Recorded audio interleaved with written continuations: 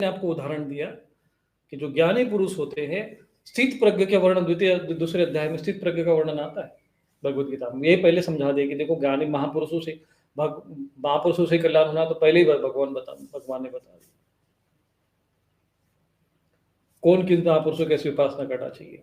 किसी की किडनी खराब हो गई और वो पता नहीं खराब हुई कि नहीं हुई, वो भी कुछ पता नहीं है, उस आधार पे तुम किसी को सिद्ध पुरुष मान लो।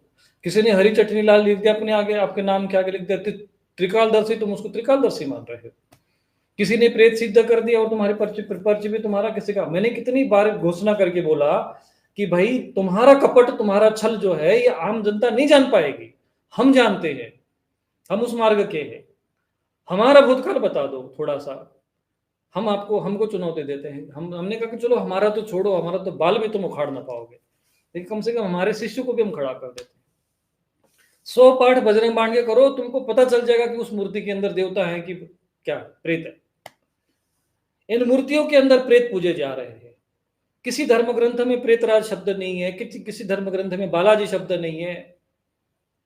और कई ऐसे मंदिरों की बात बोलूंगा तो और लोगों के जमीन तले जो है सब आग लग जाएगी सबको। ये अधर्म, ये अत्याचार, ये पाखंड, ये अपराधीकरण, ये धर्म के आड़ में फैल रहा है, फूल रहा है, और फिर भी कोई बोले नहीं। ये स्थिति समाज में फिर भी सब कुछ चल रहा है, भ्रष्टाचार हो रहा है, अधर्म हो रहा है। ये जैसे भ्रष्टाचार केवल राजनीति में नहीं है, धर्म क्षेत्र में बहुत ज्यादा भ्रष्टाचार फैला हुआ है, और वो चीजें बाहर आ रही धीरे धीरे। आपने देखा होगा कि वो बीच में लड्डू में वो कैसे प्रसाद में कैसे चर्बी मिलाई गई थी, सब जगह हो गया। आहार भ्रष्ट कर दिया, धर्म ग्रंथ नष्ट कर दिए गए। भगवत गीता की कोई बात करता हुआ आपको मिलेगा नहीं। नाचने गाने को, तमाशा को भक्ति समझ लिया गया। सड़कों पे 5 सुंदर सुंदर वो गले में हालमाला डाल के विदेशी लड़कियों को खड़ा कर दो और ये ऐसे डोलते हुए आगे खड़ा कर दो, वो वीडियो वायरल हो रहा है। ये हमारा धर्म, ये हमारा धर्म है। अब धर्म इन लोगों के, इन नर्तकियों के द्वारा प्रचारित होगा हमारा धर्म। ये है सनातन धर्म समाज में। और जा रहे उधर ही लोग कि बड़ी बड़ी सुंदर लड़कियां हैं तो फलाना है, तो भाई चलो उसी में चलते, उधर ही बढ़िया है लोग। ठीक है, कुछ सनातन धर्म का प्रचार, लेकिन ये जो मार्ग है ना, ठीक नहीं है। छल पूर्वक करना ठीक, ये इस तरह से प्रचार करना ठीक नहीं, सब परिणाम अच्छे नहीं निकलते। त्याग से, तपस्या से, अध्ययन से, ज्ञान से, विद्वत्ता से, भले ही हमारा जो चीजें है, लेकिन जो महापुरुषों ने तपस्या करके ही सनातन धर्म का पोषण किया है।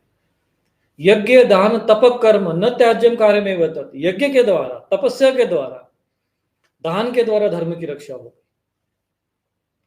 ये लड़कियां ऐसे घुमाने से नहीं होगा, वृंदावन जाऊंगी तो लौट के नहीं आऊंगी, फिर वहां जाके क्या करेगी। ये खूब प्रमोटेड किया ये सब चीजों को सोशल मीडिया के द्वारा, ये सब चीजों के द्वारा, और लोगों को स्क्रिप्टेड, प्रमोटेड, एडिटेड जितने भी लोग हैं ना, ये कोई सिद्ध पुरुष नहीं है। ये सब प्रेत बाधा से ग्रसित लोग हैं, स्वयं पीड़ित है ये लोग। तो फिर प्रेतों के बारे में कहां से इनको ज्ञान होगा। प्रेत जगत का, पितृ जगत का, सूक्ष्म जगत का, देव जगत का कहां से ज्ञान इनको होगा। अरे कम से कम शास्त्रों में तो पढ़ लेते। पर इनका अहंकार, ये सब के एडिटेड लोग है ना, क्रिएटेड लोग है, बनाए गए। जैसे फिल्म बनाई जाती है वैसे बनाए गए। परिक्रमा चल रही है, फूल माला डालो, फिर वो वीडियो बैठे, एक कैमरा उधर लेके 2-4 उधर से घूम जाए। अब देखने वाले को तो ये लगेगा ना कोई सिद्ध महापुरुष है। अब जो वो बोलेगा वही सत्य नहीं। अब जो तर्क करने वाला व्यक्ति होना चाहिए ना कि महाराज आप बोल रहे हो, लेकिन भगवत गीता में तो ऐसा नहीं लिखा है। भगवत गीता में तो लिखा है कि नहीं, वहां तो प्रेत होते हैं, भूत होते हैं, प्रेतों को पूजने वाले। तामसी लोग प्रेतान भूत गणा शनि जंगे तामसी जना, तो बोलने वाला वहां होना चाहिए ना।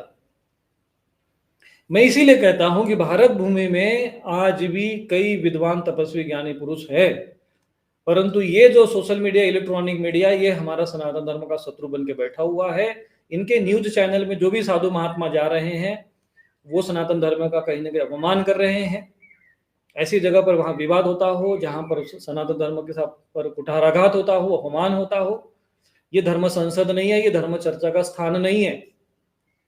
धर्म चर्चा का स्थान था कुंभ मेला में, आप लोग सारे वहां पर क्यों नहीं धर्म चर्चा रखी। धर्म संसद का आयोजन केवल भाषण देने के लिए नहीं होता है।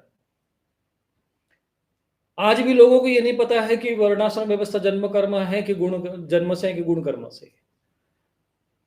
कई प्रश्न हैं, अनंत प्रश्नों की श्रृंखला है लोगों के मन में, सब भटक रहे हैं, पीड़ित है, कुछ नहीं उनको मार्ग मिल रहा है तो जाके कहीं से चादर चढ़ा रहा है, कोई अपना एक गले में क्रॉस लटका रहा है, और ये लोग मंदिरों और मठों पर तुम लोग तुम्हारे जो वहां दान से ये लोग अपनी विलासिता का जीवन जी रहे हैं, और ये कोई उद्देश्य नहीं होता है।